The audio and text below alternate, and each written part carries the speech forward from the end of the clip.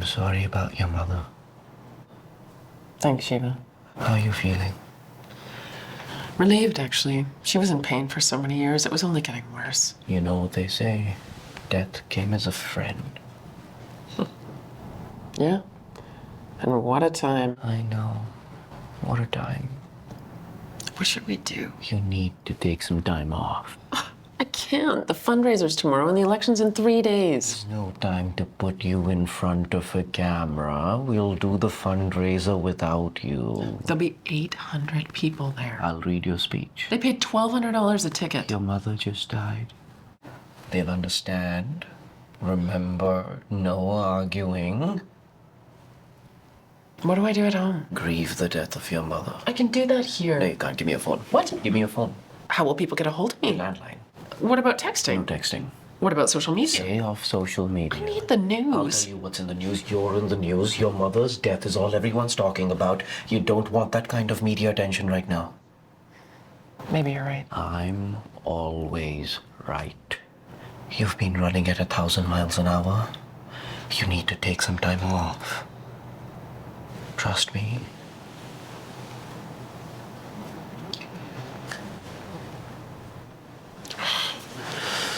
Charger's in my office. I won't need it. I miss my phone already. Tough shit. You need to disconnect for a couple days. I need to call the funeral home. Use your landline. By the way, here's the news release about your mother's death. You have a news release written already? Yep, it just took a few minutes. You're amazing. You're always a step ahead. Years of experience. Like that poll you did? How did you know what the results were going to be? Don't ask, Angela. I want to know. One day we're 30 points behind Eagleton and the next day we're almost tied. How did you do it? If I tell you, I can't untell you. So? That means that the next time someone asks you about it, you'll have to play dumb. No problem. Yes, problem. You're a crappy liar. No, I'm not. And it was weeks ago anyway. Just tell me. I paid a survey company $50,000 to do a poll on the condition that they use the list of phone numbers I gave them. What they didn't know was that I sprinkled the list with hundreds of your followers. Then I sent out an email saying that if a survey company calls, answer it. That's brilliant. Thank you. Wasn't the survey company suspicious? No, they got $50,000 in a list that looked legit. They were happy. Well, the media knew. Maybe, but so what? They ran the results. That's all we needed. And after that fake poll, my real poll numbers went up. Right. Our poll gave you credibility. It was suddenly fashionable to vote for you. Wow. Me? Fashionable? Apparently. So, I'm gonna say this one more time. Go home, get some sleep, then read a statement the night before the election. I can't take the time off. Yes, you can. One question from the media about your mother and you're going to burst into tears on camera. Do you want to risk making a huge mistake at the finish line? Exactly. I have never wanted anything more than to beat Tom Eagleton. I don't care if there's a body count. I want revenge. He did quite a number on you. You might say that. I heard you two had an affair. Nope. She just hooked up a couple times. More or less. Before or after he appointed you education secretary? It's complicated. See? You're a terrible liar. I'm not. R2, you touched your face, you looked away from me, classic signs of lying. I'm not lying. Your body language says you are. Why are you being so mean? Because I just told a secret to a shitty liar. I can BS the media. No, you can't. That's why we agreed I need to keep things from you so you don't blurt them out to the world. I'm keeping things from you too, you know. About what? Me and Eagleton. I already know what happened. No, you don't. Your relationship went south. It happens all the time. Boo-hoo. He attacked me. He threw me down on the bed and was about to hit me when I threatened to scream. Why didn't you call the police? Because I knew that it would go public. I didn't want to ruin my career. My worst day in politics is better than my best day in any other job. When I became education secretary, My jokes got funnier. I became better looking. So, you got into politics for the revenge. Absolutely. That's as good a reason as any. I'm not giving up this life, Shiva.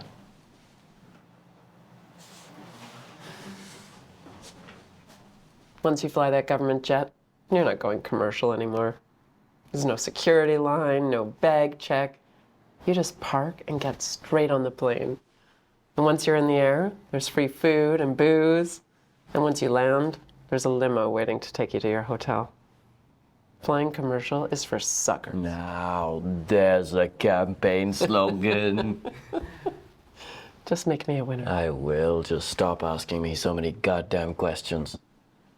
Okay, but after the campaign, can you tell me all your secrets? A magician never reveals his secrets. Yeah, but I'm paying you. No, you're not. I'm working for free. Right. Well, you get a big fat salary when we win. $338,000 a year. That much? The governor only makes 200 and change. As it should be. Why? Because the chief of staff is the organ grinder, the politician is the dancing monkey. Yeah, but people love the monkey. The organ grinder plays the tune. But people pay to see the monkey. No. They pay the organ grinder who then buys the monkey the occasional banana. Whatever. All right, I've got to go prepare for your election night news conference. And I'm just supposed to spend a couple days at home. Yep. It doesn't make sense. Before you wanted me out in the public all the time, now you basically want me in hiding. It's like this. We want to extend the public impact of your mother's death.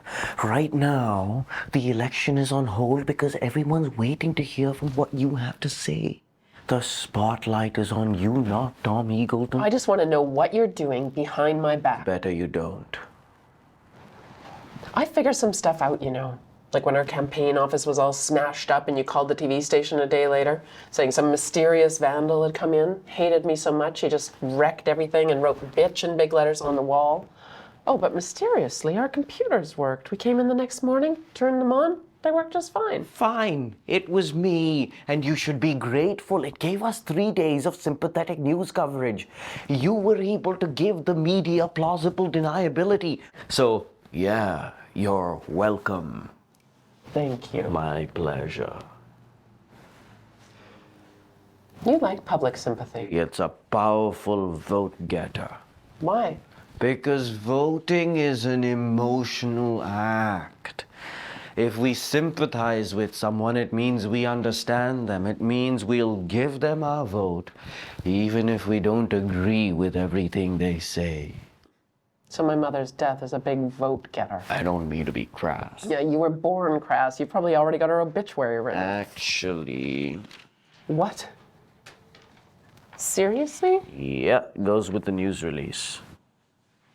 So the first thing you did when you learned that my mother died was start writing her obituary. You gotta act fast in the campaign. You do have a way with words. I've written quite a few over the years. Obits? Why? I volunteered at the hospice. People are always looking for someone who can string a few cliches together. My mother was thinking about hospice. She was also talking about assisted suicide. I gave her your number. Yeah, I know. We chatted. I got her in touch with the doctor. I guess it wasn't necessary. It's good. I like it. Yeah, not bad for 4 in the morning.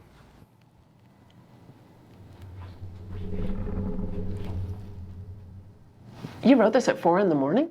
Yeah. But I didn't text you that my mother died until 7. What? I said I didn't text you that my mother died until 7. Really? Really? Give me my phone and I'll show you. Give it to me.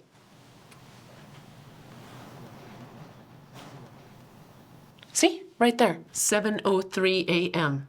What were you doing writing my mother's obituary before you knew she was dead? You gotta be prepared. I knew she was sick, so I thought I should have something ready just in case. So it was a coincidence. Not really. I do it at the hospice all the time. People want to proofread their obituaries before they die. What were you doing up at 4 a.m.? I couldn't sleep. So you thought writing my mom's obituary would just help you doze off? Well, that and some other things. Like what? All kinds of things. Like what? Don't ask questions. I told you. I'm calling BS. What were you doing last night? It was a campaign thing that you shouldn't know about. So you were up to something. Don't ask, Angela. Bullshit! I'm asking! Tell me what you were doing last night! No! then you can forget about being my chief of staff. Why? Because I can't trust you. Why not? Because you won't answer one simple question. That's not fair. The deal was that you'd look the other way while I did whatever I had to do. Well, the deal's off. You can't just break the deal. Yes, I can. No, you can't. I've been working for weeks to get you the lead in this race. You only got into politics 14 months ago when Eagleton picked you out of his harem and appointed you education secretary. Oh, when he fired you for overbilling, you lost your freaking mind and decided to run against him. Well, no surprise, your campaign crashed and burnt.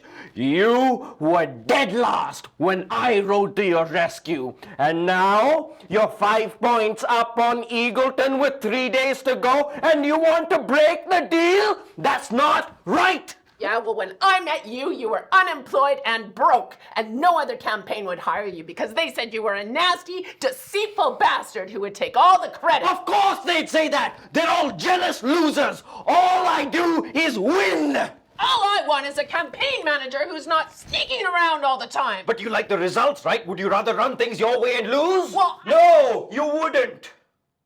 I just want to know where you were last night. Why? Because 3 weeks ago, my mother told me that she was thinking about assisted suicide. I knew that you worked at hospice, so I gave her your number. Then I never heard from either of you. And then she dies 3 days before the election, or as you might say, the perfect time. So? I think you killed my mother!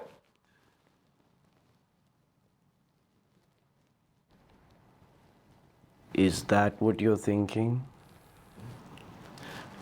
Just tell me I'm wrong. Come on. Then deny it. I'm not going to dignify that accusation with an Just answer. deny it. Why would I do such a thing? Sympathy. Sympathy? Public sympathy. You said it yourself a moment ago. What the hell is wrong with you? Are you nuts? No. Then apologize to me right now. I just want to know where you...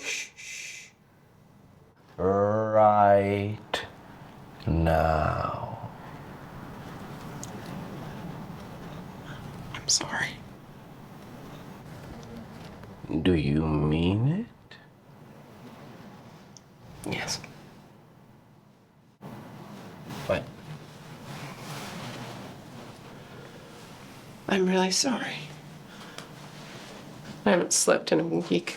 I've been eating like crap. I gained 10 pounds. I look like shit on TV. Now my mother's dead. I'm really sorry. I didn't kill her. I know. I'm sorry.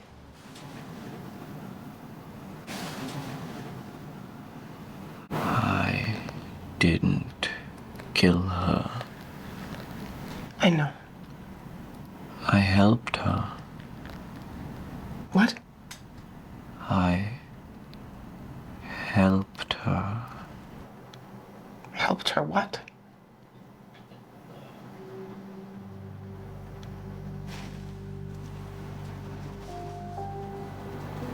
End her life.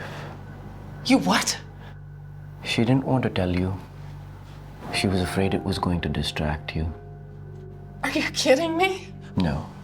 I asked her when she wanted to do it. She said soon. I casually mentioned the political benefits of her dying before the election rather than after. She said okay. The political benefits. Yep. I said to her if she died after the vote, that wouldn't help you at all. But if she died before, that would help you tremendously. The doctor said it would be too soon to do it officially. So we just did it ourselves. I got the drugs and she put them in a strawberry smoothie. You killed my mother! No, I didn't. No. You killed my mother! No way. No. There was no criminal intent. You snuck into her house and killed her! I didn't sneak in. She opened the door for me. Why didn't she tell me? Plausible deniability. That's insane! No, not at all. Your reaction to her death would have been way more authentic if you didn't know beforehand. Is that what you told her? Yeah. You convinced a frail, dying old woman to drink poison so you could be my chief of staff. Well, you can take your top-rate salary and go back to hell! Come on. You're ignoring your own role here. My role? You hired me to win you this election at all costs. Yeah, but At all costs. Shiva. And when I said I'd have to do certain things without your knowledge, you agreed to it? All I did was take something inevitable and move the date. To your advantage. To our advantage. What's stopping me from calling the police? Nothing. As a matter of fact, go ahead, call them right now, but it's not going to help your chances with the election, especially if you're under investigation for murder. Me? You're the one with the motive. Yeah, but you're the one with the big fat salary. You're the one who wants the Hollywood life with the government jet, don't forget, Missy. That's only if we win, Shiva. Because of this, you will. You don't know that? Okay, I'll check the polls. You're polling on this already? Yep. You're a piece of work. Hey, listen, you are up. You're up 10 points. And what? Yeah, you gained 5 points overnight with 3 days to go. Huge lead. Angela, your mother's death was inevitable. Your election victory was anything but.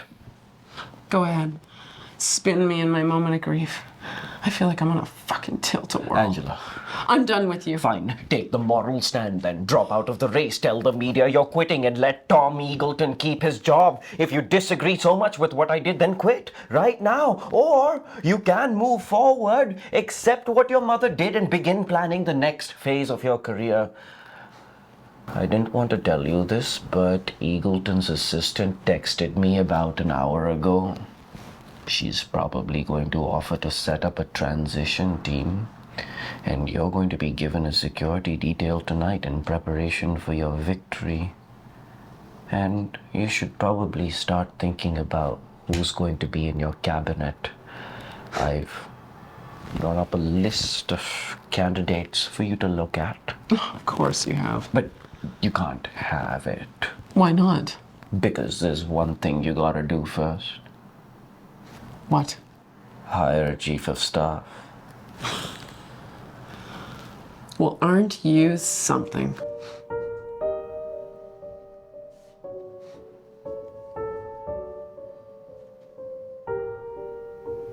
Okay.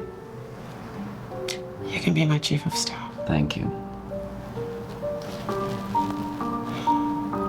I'm going home. Your phone?